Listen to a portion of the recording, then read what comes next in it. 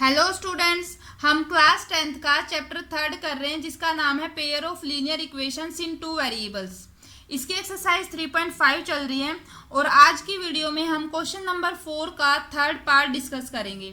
जो हमारी last video थी उसमें हमने इसका सेकंड पार्ट कंप्लीट किया था, तो अगर आपने वो वीडियो नहीं देखी है तो मैं यहाँ आई बटन पर प्रीवियस वीडियो का लिंक डाल देती हूँ। आप चाहें तो यहाँ क्लिक करके वीडियो को चेकआउट कर सकते हैं। तो स्टार्ट करते हैं फोर्थ क्वेश्चन का थर्ड पार्ट। सबसे पहले थर्ड पार्ट की स्टेटमेंट देखते हैं, उसमें क्या बोला गया है। थर्ड पार्ट में है Yash scored 40 marks in a test.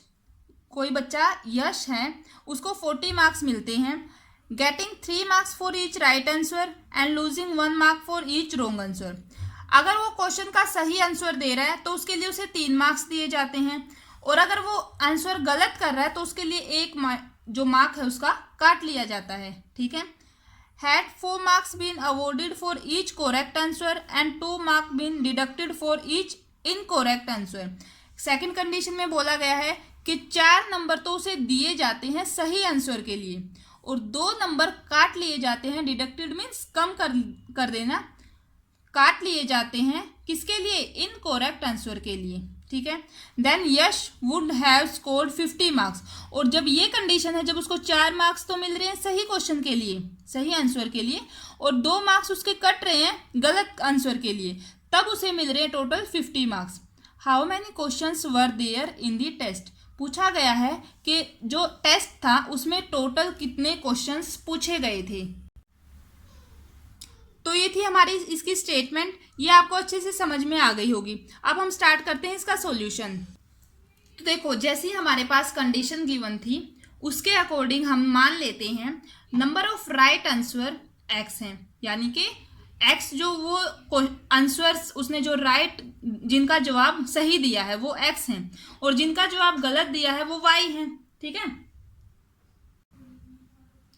तो इस तरीके से ये हमने x और y मान लिया है। अभी आप देखो, जो कंडीशन गिवन थी उसके अकॉर्डिंग 3 नंबर मिलते हैं सही क्वेश्चन का जवाब देने पर। अगर वो एक क्वेश्चन का सही जवाब दे रहा है तो उसे मिलेंगे 3 नंबर। 2 का दे रहा है तो 3 इंटू 2 6 हो जाएगा। और इसी तरीके से उसने सही जवाब कितनों का दिया है? x का ना, तो टोटल मार्क्स कितने हो गए? 3 इंटू x। ठीक है। उसके बाद बात आती है गलत आंसर की। ठीक है। अगर उसे उसका 1 मार्क कट रहा है, पहली कंडीशन में 1 नंबर कट रहा है। देखो, अगर आप एक क्वेश्चन गलत कर रहे हो तो आपका 1 नंबर कम हो जाएगा। 2 क्वेश्चन गलत कर रहे हो तो 2 नंबर कम हो जाएंगे। इसी तरीके से आपने y क्वेश्चन गलत किए हैं तो आपके y नंबर कम हो जाएंगे। 1 इंटू वाई, 1 इंटू वाई। अब ये तो आपके सही क्वेश्चन के आंसर हैं, यानी ये आपके वो नंबर्स हैं जो आपने सही के लिए पाए हैं, और ये वो हैं जो गलत के लिए पाए हैं। तो सही वालों में से गलत को तो हम काट रहे हैं ना, कम कर रहे हैं ना, तो इसलिए माइनस का साइन, और ये टोटल नंबर आ गए उसके 40। अब इसको एक बार सही से लिख लेते हैं, 3x minus y is equal to 40। ये हमारे पास आ गई है फर्स्ट इक्वेशन। इसमें अगर किसी को कोई प्रॉब्लम होती है तो आप नीचे एक कमेंट कर सकते हैं। ठीक है। उसके बाद सेकंड कंडीशन देखते हैं। सेकंड कंडीशन में बोला गया है कि 4 नंबर मिलते हैं सही क्वेश्चन के लिए। एक क्वेश्चन के लिए 4 नंबर, 2 के लिए 4 गुना 2, 3 के लिए 4 गुना 3, इसी तरीके से x के लिए 4 इंटू एक्स। ठीक है। उसके बाद है 2 नंबर कट रहे हैं गलत के लिए। 1 के लिए 2 कटेंगे, 2 के लिए 2 इंटू 2, 3 के लिए 3 इंटू 2। ऐसे ही अगर y क्वेश्चंस की गलत आंसर दिए जा रहे हैं तो वो कट रहे हैं, मीन्स माइनस होंगे। कितने?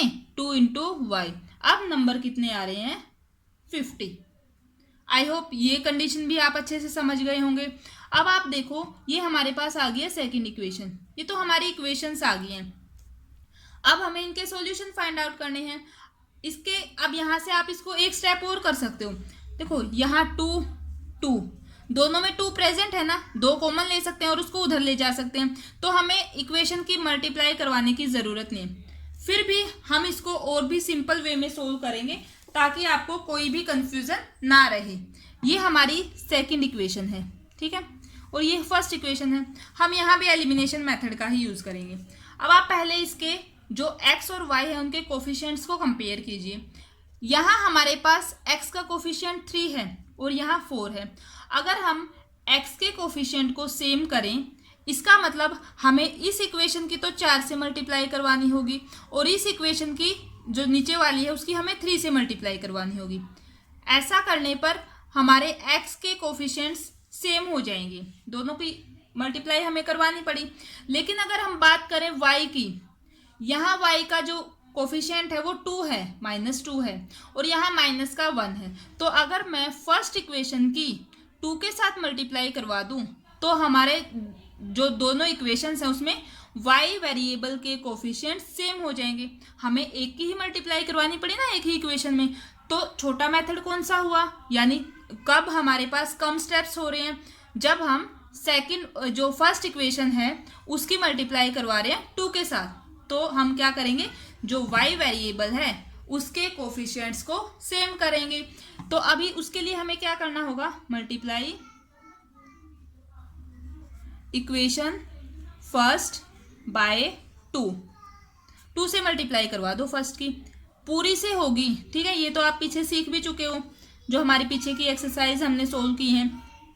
सी हो गया 6x, ये हो गया -2y और इज इक्वल टू 80। इसको आप थर्ड इक्वेशन मान लो। अब आप इसको और इसको देखो, इन दोनों को देखो, इन दोनों में देखो y के कोफिशिएंट दोनों में सेम है तो अब सब्ट्रैक्ट करवा दो। Subtract equation second from third में से हम सेकंड को माइनस कर देंगे। पहले हमें थर्ड लिखनी है, 6x -2y is equal to 80। हमें कौन सी माइनस करनी है, सेकंड वाली। 4x -2y is equal to 50। Sign change, ये नहीं कट रहा है, ये कैंसिल, यहाँ से आ गया 2x और यहाँ से आ गया हमारे पास 30। x की वैल्यू कितनी आ गई,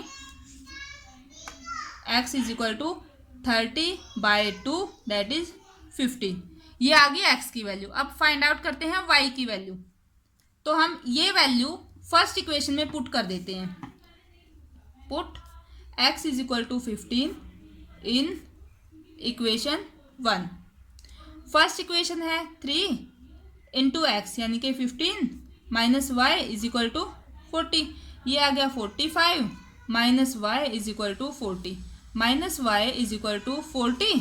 45 उधर जाएगा तो माइनस का हो गया, minus y is equal to minus का 5 यानी y की वैल्यू आ गई 5। ये तो y आया है और x आ रखा हमारे पास 15। ठीक है, अभी ये तो आई है हमारे पास x और y की वैल्यू।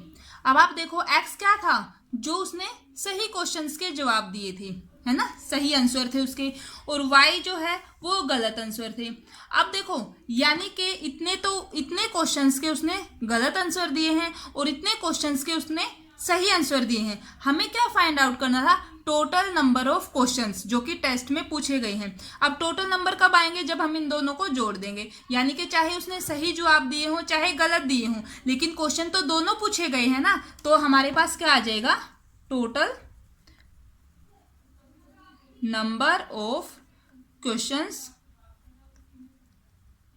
आर कितने आ जाएंगे, x plus y that is 15 plus 5 is equal to 20। ये हमारे पास टोटल नंबर ऑफ क्वेश्चंस आ जाएंगे जो टेस्ट में पूछे गए थे।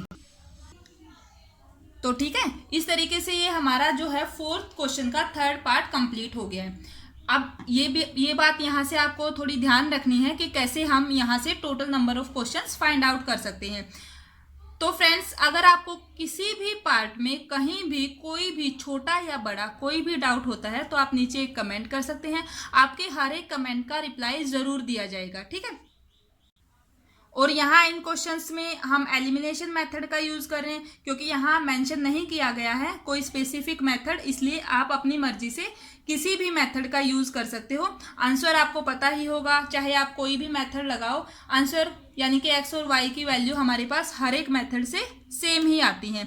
और x और y की वैल्यू अगर हमारे पास आ जाती हैं तो वही हमारे पास सॉल्यूशन होते हैं।